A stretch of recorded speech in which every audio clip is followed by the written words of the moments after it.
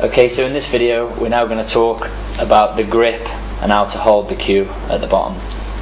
So how you would naturally hold the cue is the best way to hold the cue at the back. It's hard to teach someone the way to hold the cue, but how you would naturally grip it is normally the best way. But what's important is when you pull the cue back, so on your backswing, as you pull the cue back, something needs to be released off the cue to allow you to get the power and the timing and the reaction onto the cue ball. So as you pull the cue back, you need to either release from the back. This is obviously exaggerated, but it needs to be released from the back, or as you pull the cue back, the front needs to be released.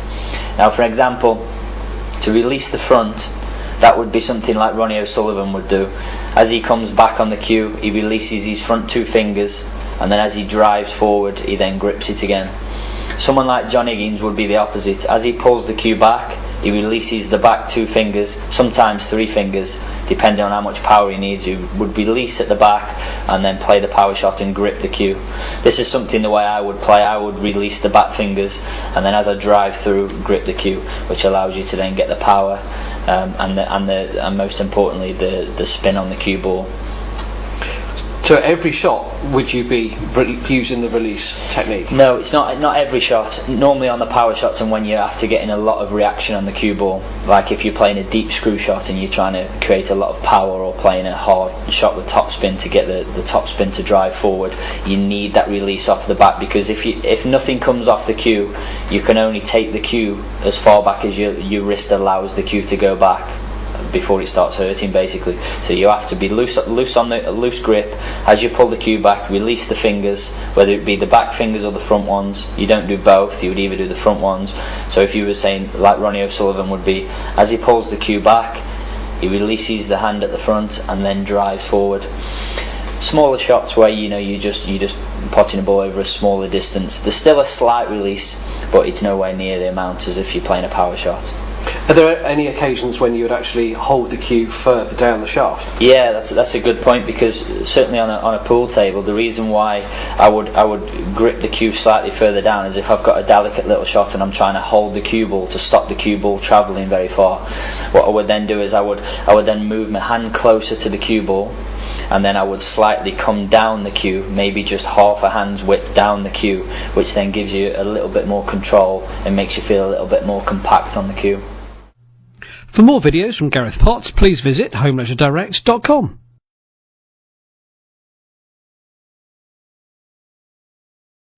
Okay, so in this particular video we're going to talk about my cue and the dimensions of my cue and how to shape a tip and put a tip on from scratch. So the cue is just a one-piece cue with 4 simple pieces of ebony that have got a brown tint through this particular cue, and this cue is made by Tony Wilshaw. Like I say, I prefer to play with a one-piece cue, and the tip size is just over 8.5 millimeters. The tip that I use is an Outmaster, because I feel the tips are slightly harder than any other tips, and therefore don't compress quite as easy. Okay, so I'm now going to demonstrate how to change a tip. Basically, you need to obviously remove the tip that's on there previously, but make sure after it's been removed that the ferrule is completely flat and there's no bits of the tip left on. So then you get the tip,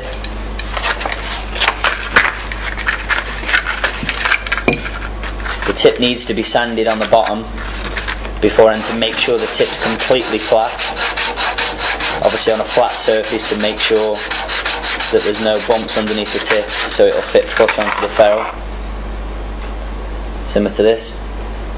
So once the tip's been removed, the new tip's obviously been glued on neatly around the ferrule.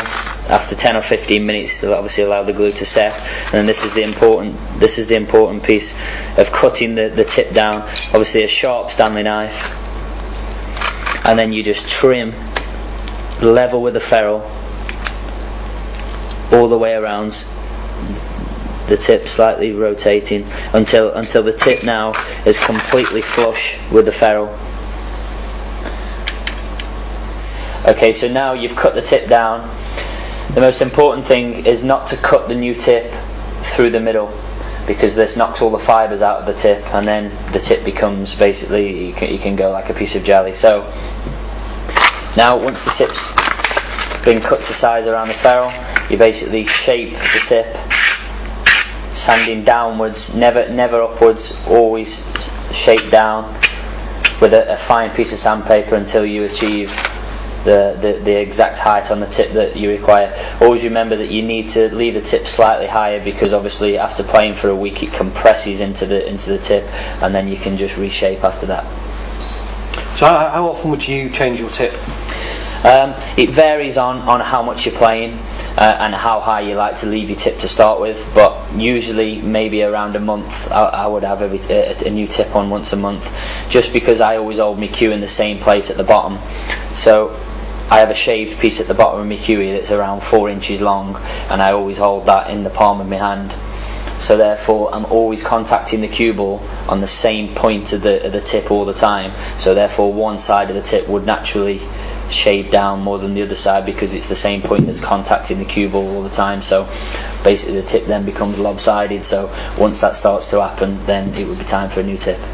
So in terms of sticking the actual tip onto the ferrule, what do you use to do that? Yeah, just the best thing to use is just any type of gel. Basically, I use a glue that's called a Loctite gel that you can pick up from any hardware store, usually Wilko's, but the gel is normally better because it has a little bit extra time to set. So when you're trying to put the tip on to shape it, it doesn't go off as quick as super glue. So it allows you to just set the tip first, get it in position, and then you've normally got around 10 minutes, and then it's completely dry, and then you can start cutting down. Do you clamp it down at all, or do anything at all like that? Yeah. There's clamps that you can buy, but instantly with the gel, as soon as you've glued the tip on, then there's clamps that you can hold it in position for. But normally I would just turn the cue upside down and just put a downwards pressure on, hold it there for around 10 minutes, and like I say, with the gel it's gone off by then, and then within 10 minutes you can just start cutting down the tip and then shape the height. But it's really important never to cut with a Stanley knife through the middle of the tip, only cut so you're getting level with the ferrule upwards. Never cut through the tip, always just sand downwards after the cutting. For more videos featuring Gareth Potts, please visit homeleisuredirect.com.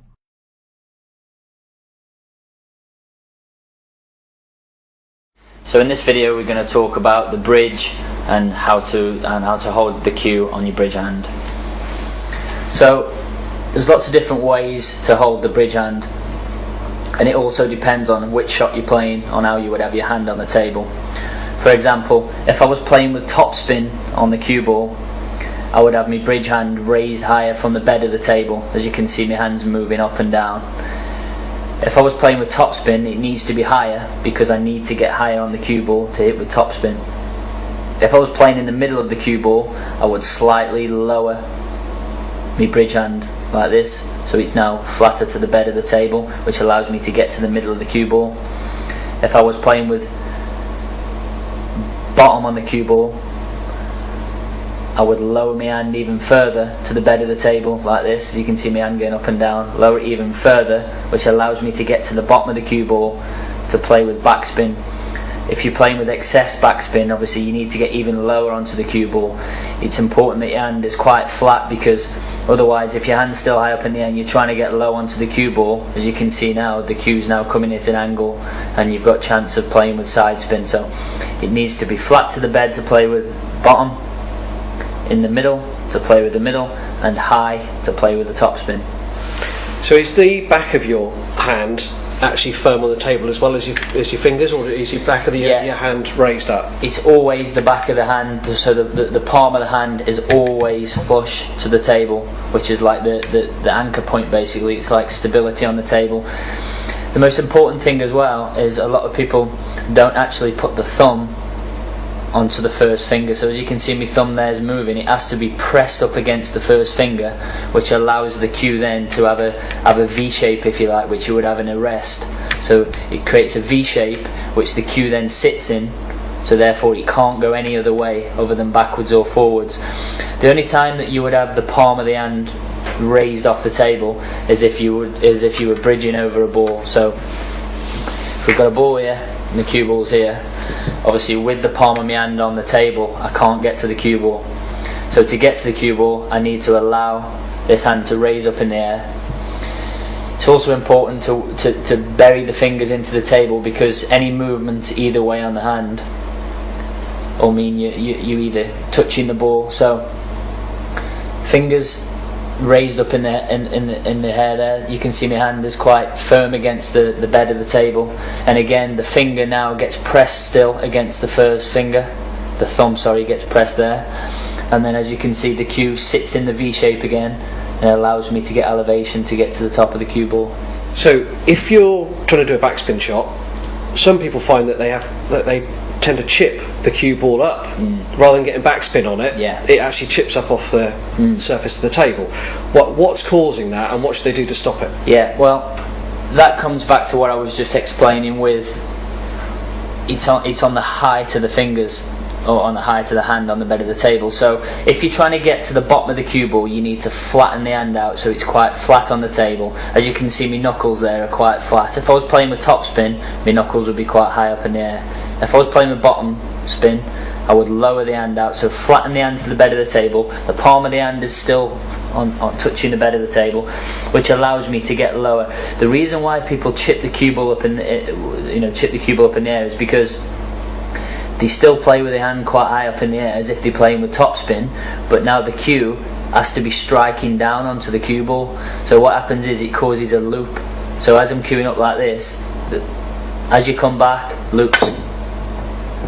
That's the reason why people chip the cue ball up in the air. So the hand has to be flat onto the table, so the cue's parallel to where you're striking the cue ball, and it allows you to pull it back and push it through in one straight line. So you see in American pool, people will be using a loop style bridge. Yeah. Why would they do that, and why do you not really see that in English 8 ball?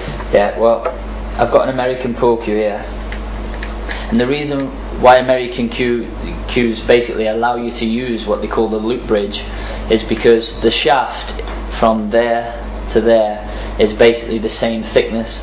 So when you loop over the shaft, it's all one size, so it allows it to run smoothly through the fingers with no gaps in between the fingers. That's why a lot of the American people use the loop bridge. If you were to try and use the loop bridge on my English 8 ball cue, for example, the taper of my shaft is thicker there than it is there. So if you look at the difference of an English cue and an American cue, you can see how much mine tapers and how the American cue stays the same all the way through the shaft. So with the English cue, if I'm trying to use the loop bridge, as I draw the cue back, there now becomes a really large gap in between my fingers, so therefore the cue can move side to side. So to use the loop bridge with an English pool cue is really difficult because of the taper of the shaft. So it's a lot easier having it sitting on the finger, touching the thumb, touching the finger, and therefore there can be no movement. What's the reason for using a loop bridge? Well, it's just something which has originated with the American players, but the loop bridge, again, it's exactly the same. The bed of your hand is planted firmly onto the table, and it's just another device basically of pushing the cue through in a straight line. It's just easier to get by with an American cue because of the taper of the shaft is exactly the same. With an English 8 ball cue, I wouldn't advise to use the loop bridge just because it allows too much movement when you draw the cue back. As you can see there between my hands, the cue there goes to probably about 9mm, as in when the cue's there it's probably more like 16 or 17mm. So when you draw the cue back, there's probably 8 or 9mm movement in between the fingers, as opposed to when you're using the American cue. For more videos from Gareth Potts, please visit HomeLeisureDirect.com.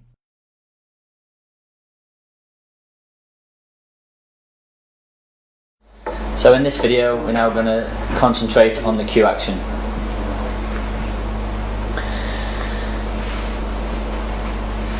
There's lots of different ways to cue up to the ball.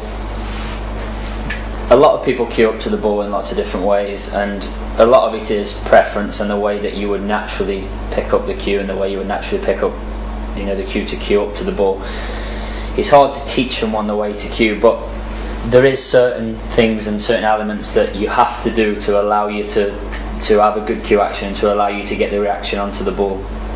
So as I'm cueing up to the ball, this is what's called feathering up to the cue ball. So as I'm going up, I'm lining up where I'm going to be striking the cue ball. So in this instance, I'm going to be hitting the cue ball quite low down to get some bottom spin basically, so some back spin. So as I'm cueing up like this is what I'm doing. I'm feathering up to the ball. Now there has to be a pause at some point. So the pause is either on the cue ball or the pause is either at the top of the backswing. Sometimes you can do both. So I would naturally, personally, have a pause at the top of the backswing, which creates the power. It's all about timing. So as I'm cueing up, I'm feathering up to the cue ball, maybe 3, 4, 5 times. Pause on the cue ball as I draw the cue back. Pause at the top of the backswing and then strike.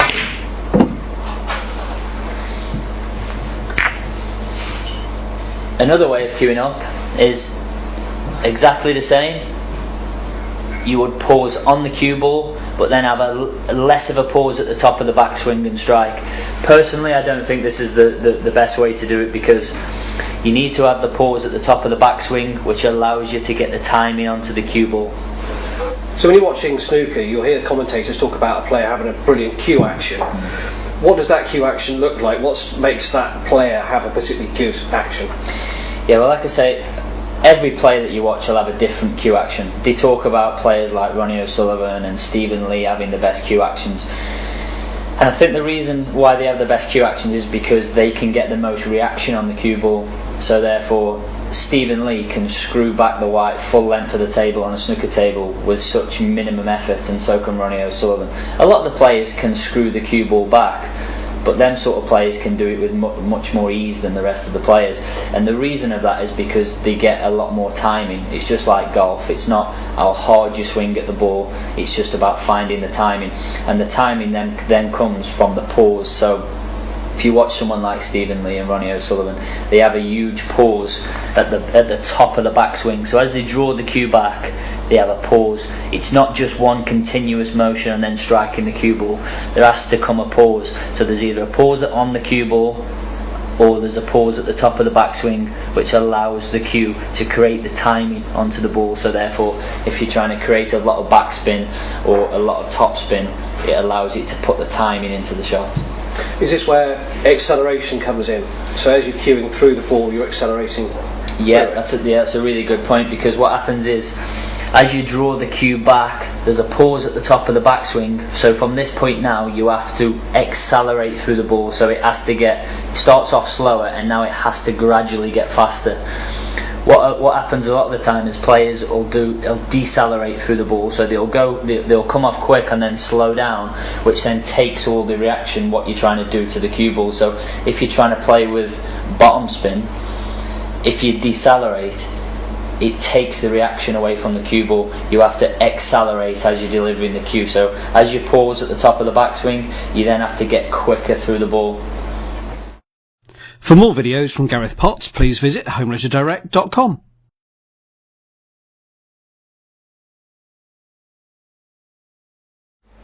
So we quite often hear, particularly when watching snooker in commentary, they'll say, oh, you got a nasty kick on that.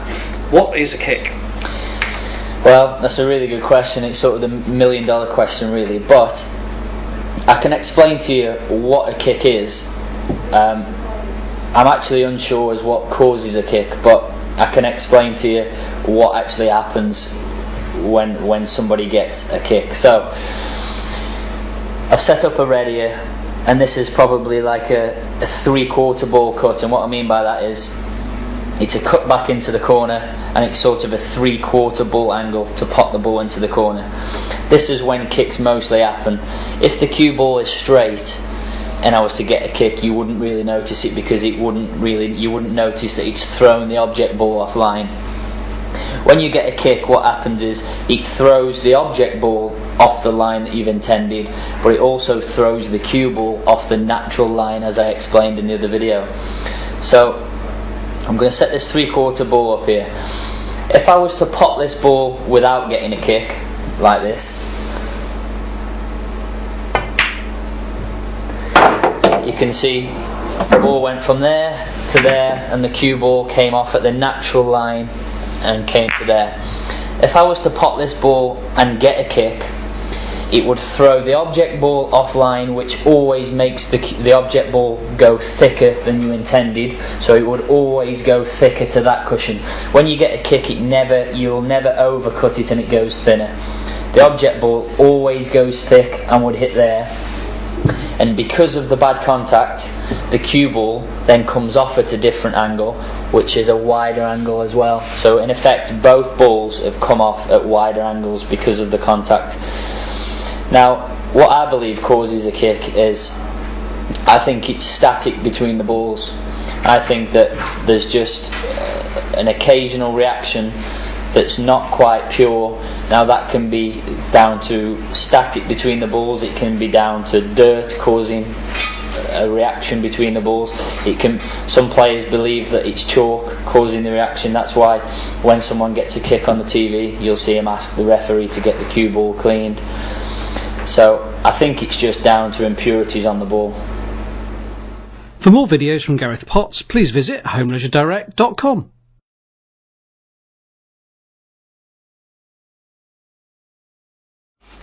Okay, so our next question for you is in response to one of our earlier YouTube videos where we're talking about black ball rules versus world rules, and PSC1000 has sent in a question. He says, if a player tries to play the skill shot but the yellow doesn't drop, could a referee then accuse the player of playing a tactical foul to leave the 8 ball in a difficult position? So we set it all back up like we had it last time. Yeah.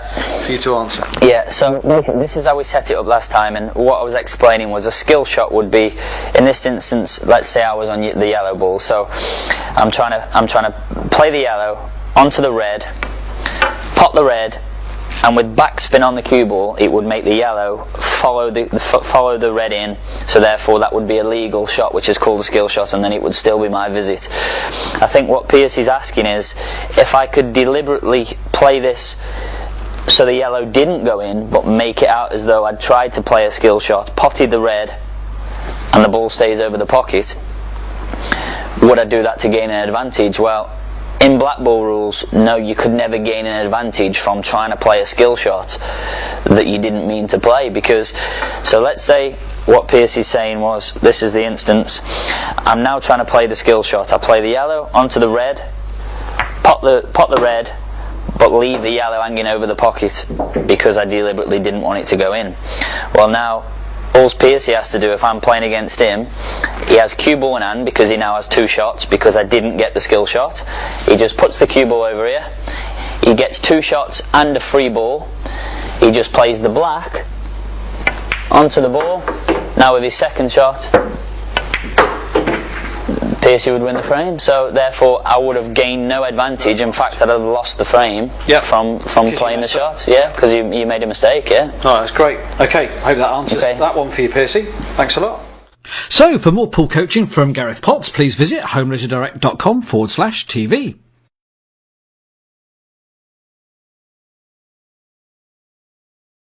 Okay, so we've been asking our Facebook followers what questions they'd like to ask you for your coaching tips. Yeah.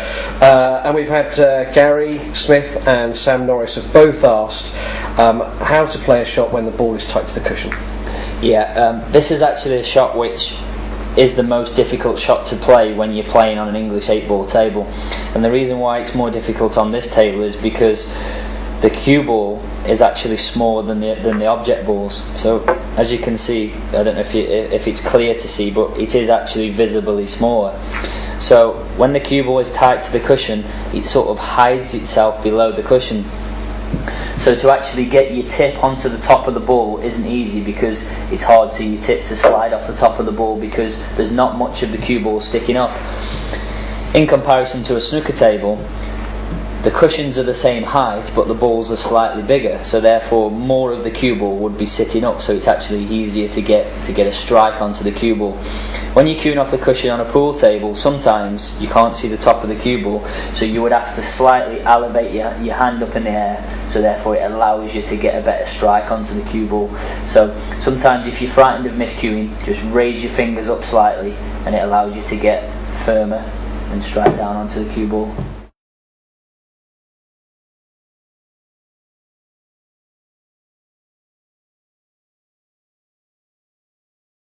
Okay, so Gareth, we've asked a number of our Facebook followers what questions they've got for you. So the first one we've got is from Dave Wyatt, and he would like to know, how far ahead do you think when playing a shot? 2 or 3 balls at a time, or just the one? Well, I think that's a really good question. I think a lot of amateur pool players and professional pool players sort of speak about this quite a lot, so I think this is quite a good subject to cover on. As you can see, I've set up a finish. Now, as a professional pool player, and I think even a lot of the top amateurs would think the whole table ahead, so it's not only 1 or 2 or 3. I think when you see the table as it is now, that's quite an easy layout, you would think the whole 8 shots ahead, so that's the set, in this instance, the 7 reds and plus the 8 ball. So as you can see here, we've got the red balls, which are the easier set. Now, to start off with, I would instantly work out before I play a shot that I'm going to pot this one, and I've also worked out before I've played a shot that this ball over here is my last ball, because that gains the easiest access to the 8 ball into the corner. So I would plan my route. Sometimes the route can change depending on a bad positional shot that you play sometimes, and you have to reevaluate the situation.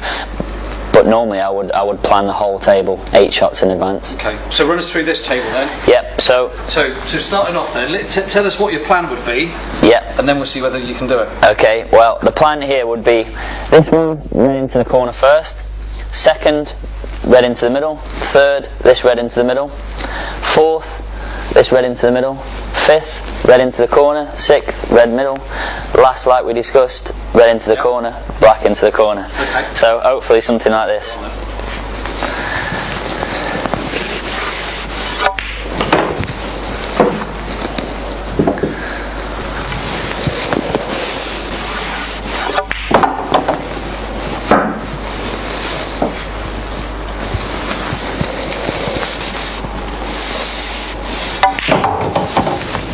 It's a brand new cloth. Does it feel slow or about what you'd expect?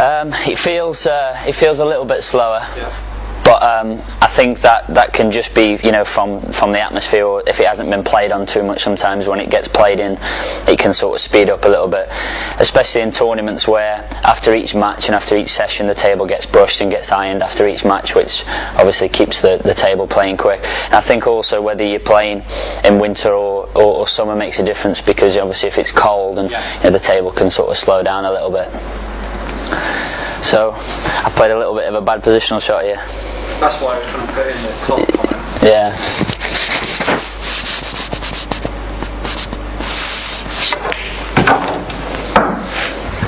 It's a bit tricky now, isn't it?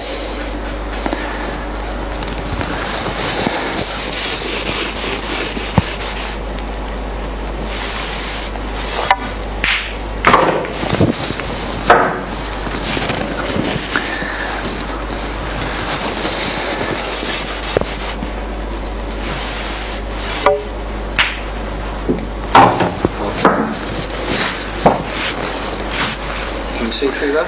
Yeah, just about. So this was the last, wasn't quite as a plan, but this is the last ball for the black.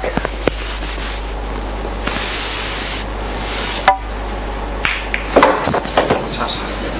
So that one gained the easiest position for the black ball, and as it's worked out, I'm pretty straight on it.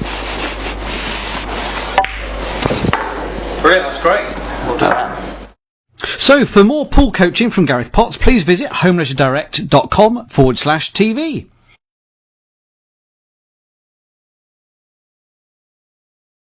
Okay, so we've got a question from one of our Facebook followers, John Vaughan. He would like to know, how do you stop yourself from getting frustrated when missing easy balls?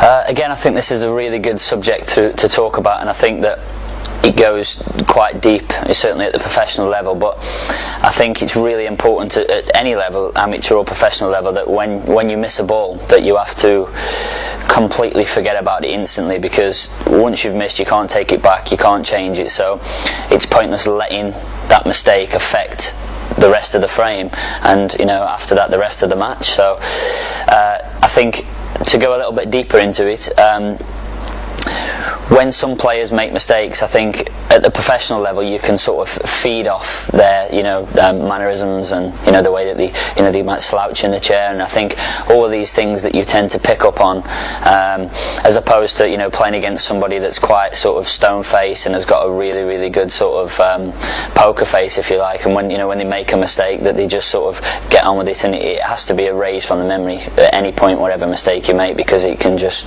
affect the rest of the frame in the match. Do any of the top snooker players use sports psychologists at all that you know? Yeah, they do, and I think it's a huge part of it, just the same as in golf, all the golfers have a sports psychologist, and yeah, a lot of the snooker players do speak to sports psychologists, because there's some long matches and you are going to make a lot of mistakes, especially at a cue sport like this in snooker, because it's not easy to play, and you have to understand that you're going to make mistakes, and you make mistakes at crucial points, and it's all about who recovers the best. And I think a sports psychologist can not only help you recover from making mistakes, but can help you get into the right frame of mind, how to approach matches, and how to deal with certain pressure situations, which I think is important as recovering from making a mistake, as your mindset going into matches and believing that you're good enough and believing that you can win is the main thing, I think, which the top players discuss with sports psychologists. So say you've had a couple of visits to the table in a frame, it's not gone your way, a couple of silly misses, and you sit down, what thought process do you go through? Do you think to yourself, I must do this or I must do that? Yeah, I mean, obviously, you're going to be angry, and different players deal with things in different ways. You see some players that will punch the table or kick the chair, and then you see other players like Hendry sort of in his day, where you wouldn't know if he was 8-0 up or 8-0 down, or if he just missed the ball or just made a 1-4-7. Everything was just always the same, stone-faced. But I think after speaking to sports psychologists and after being in situations and understanding through experience, I think that you just have to sit in your chair, forget what's just happened. I know it's easier said than done, and I think that's the art of getting over mistakes, but I think that you just have to sit in your chair, forget about everything that's just happened, whether you've just played the best shot of your life or the worst shot of your life, it's gone, and you just have to basically say, the next time I come to the table, it's a fresh start. I guess at the other end of the scale, if it's going really well from you, you can get overexcited and you think, "God, this is going well. Yeah. I'm about to win." Yeah. Does that give you the same? It does, and I think again that's a really good question, because what happens is you hear them talk about a lot on the commentary at any sport about players playing within themselves, and you can be playing great, you can be 8-1, 8, however far ahead that you like, but what you find is if players are not used to playing that well, then they get, like you say, overexcited, and it's like, I'm about to beat whoever it is they're playing. If they're playing against someone that would be better, or someone that's ranked higher than them, they get excited and sort of almost can't believe how well they're playing in themselves. So I think playing within yourself and just taking one shot at a time, one frame at a time, and certainly to win tournaments one match at a time. Brilliant. Good question from John. Thank you for that. Okay. For more pool coaching from Gareth Potts, please visit homeleisuredirect.com/TV.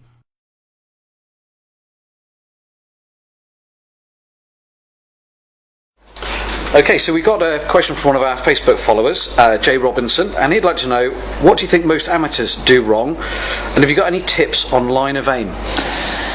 Right, well, firstly, what do most amateurs do wrong? I think it's hard for me to just pinpoint one thing what amateurs do wrong, because the game is so hard that not only amateurs but professionals do things wrong. Everyone makes mistakes, so I think it's hard to pinpoint one thing. But I think if I was going to choose one without seeing the individual person play a shot, then I could elaborate a little bit more on what I thought that person did wrong. But without seeing anything, I think the most common thing that a lot of amateurs do wrong, and professionals in some instances, but most amateurs, is, as we discussed before, about how we take the balls in certain order and how we choose 7-8 shots ahead of where we're going to go. I think a lot of amateurs just play one shot at a time and don't really think about where the cue ball's going and then the next shot and how to get on the next ball from that shot. So I think selection of the order of the balls, I would say, is the most common thing that amateurs would do wrong. Okay, great. So Tips on line of aim. Right, well, tips on the line of aim, I think, is a big part of it for anybody that plays any cue sport, because what happens is, as you can see here, we've set up the cue ball here and the object ball there, and obviously we're gonna cut the yellow ball into this corner. So your line of aim needs to be set before you get down on the shot. So as you look into the shot, if you see any sort of technical coach, they will tell you that you walk into the shot first. So you set your lead leg and then you walk into the shot, and as you're getting down and walk into the shot, you find your line, you find the alignment of the potting angle. So if an amateur in any instance has set up wrong and his alignment's wrong before he actually plays the shot, then even if he pushes the cue through in a straight line, he can still miss the ball because he was never in the right place to start with. So when you get down on the shot, I know without pulling the cue back that that's the line that I'm potting the ball at. Now, if you've set that up wrongly to start with, it doesn't matter what you do with the cue, doesn't matter how straight your back arm is. If I've aligned the shot up wrong to start with, then I'm always going to miss it because I was in the wrong place to start with. Okay.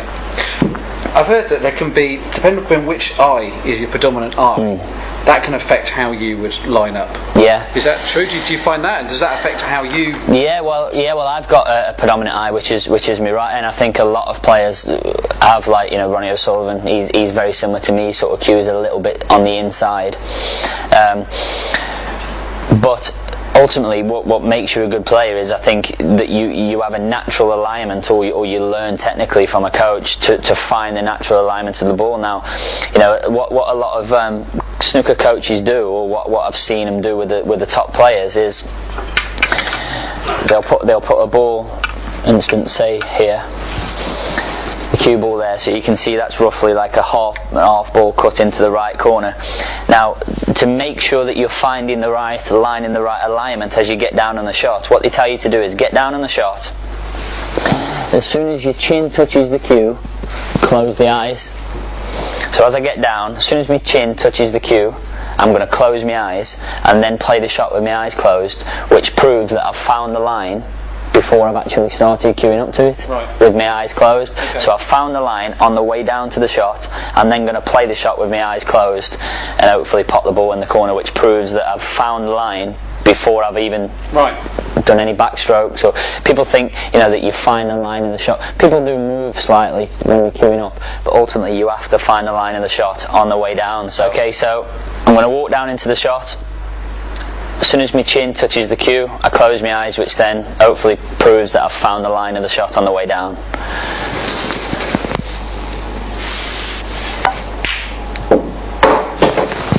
Great stuff.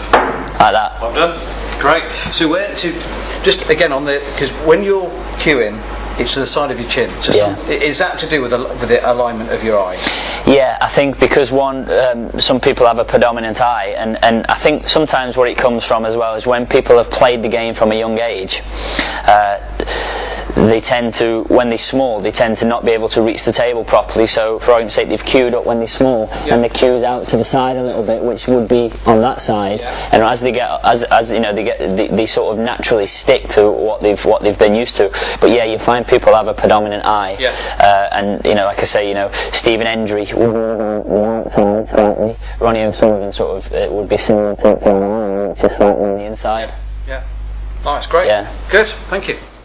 So, for more pool coaching from Gareth Potts, please visit homeleisuredirect.com/TV.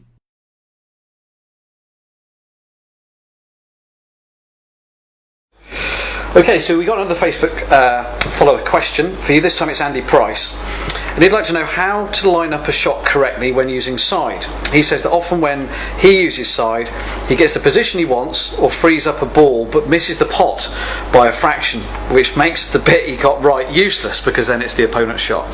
Yeah, well, playing with side is one of the hardest things to do, and what people don't quite understand is when you play with side spin, it's actually swerving the cue ball offline before it gets to the object ball.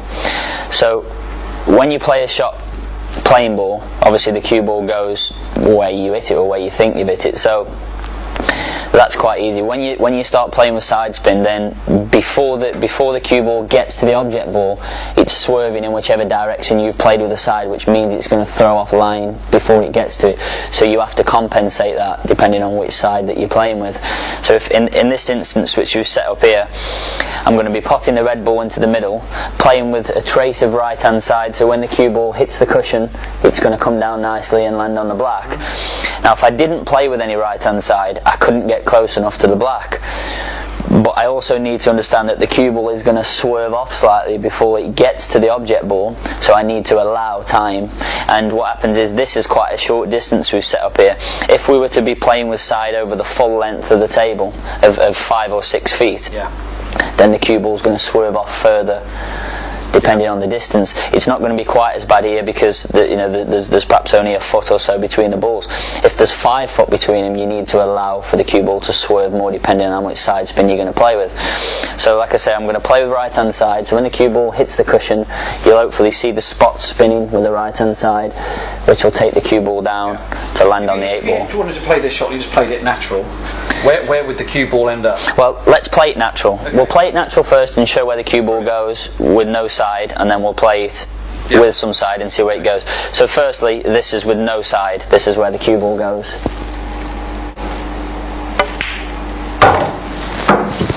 There, okay?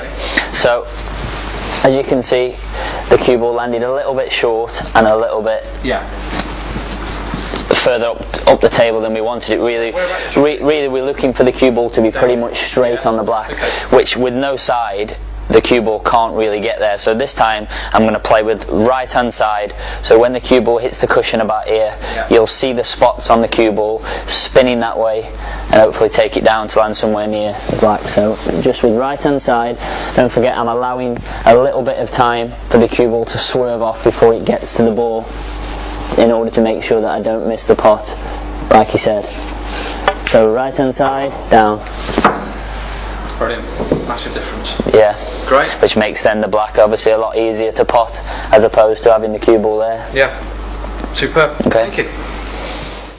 So, for more pool coaching from Gareth Potts, please visit homeleisuredirect.com/TV.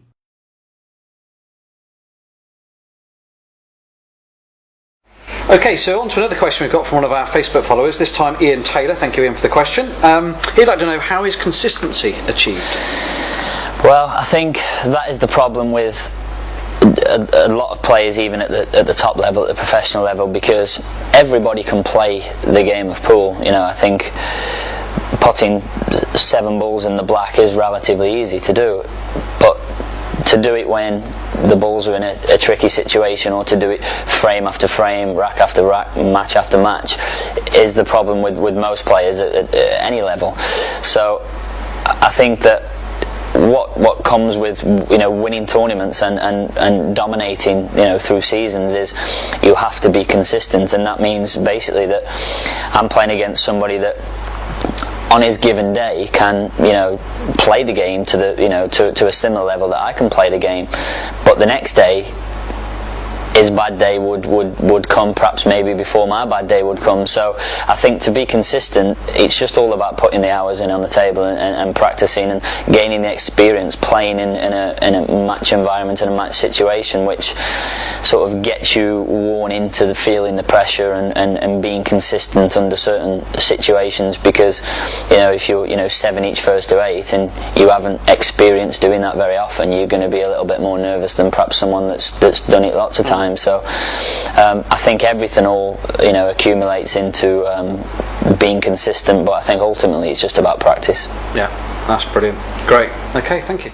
So, for more pool coaching from Gareth Potts, please visit homeleisuredirect.com/TV.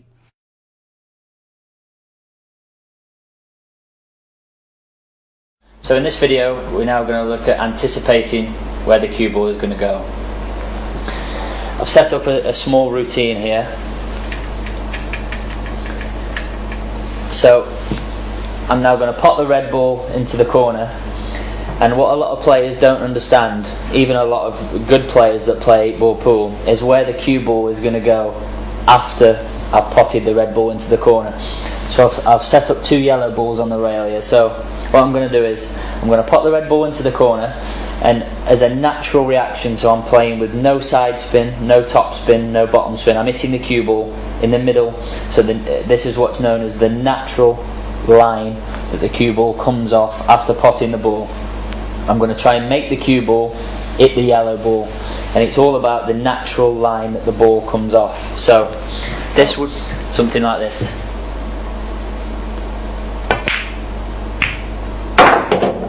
So there you can see the natural path that the white took after potting the red ball was hitting the yellow ball that I'd set up on the side cushion there.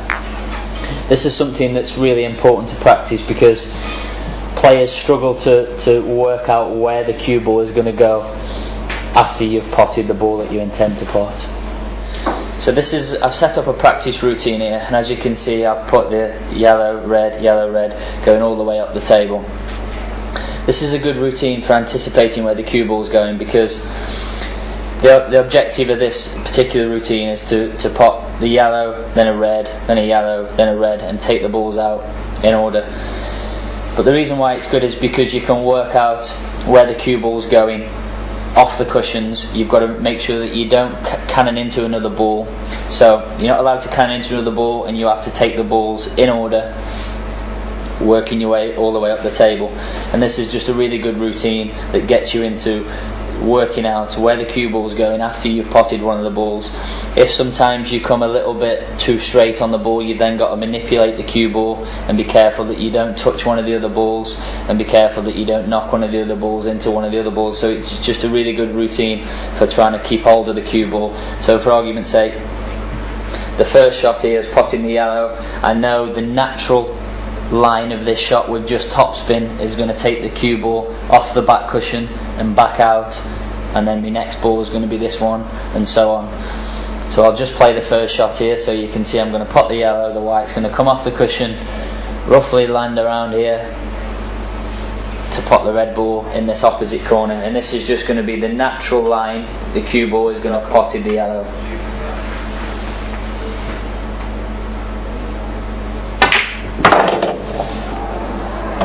So that comes up somewhere around here. You then pot the next red, and it's just a way of working out the natural lines without playing with any side spin or any top spin, just working out exactly where the cue ball is going to go after you've potted a ball for your next ball. For more videos from Gareth Potts, please visit homeleisuredirect.com.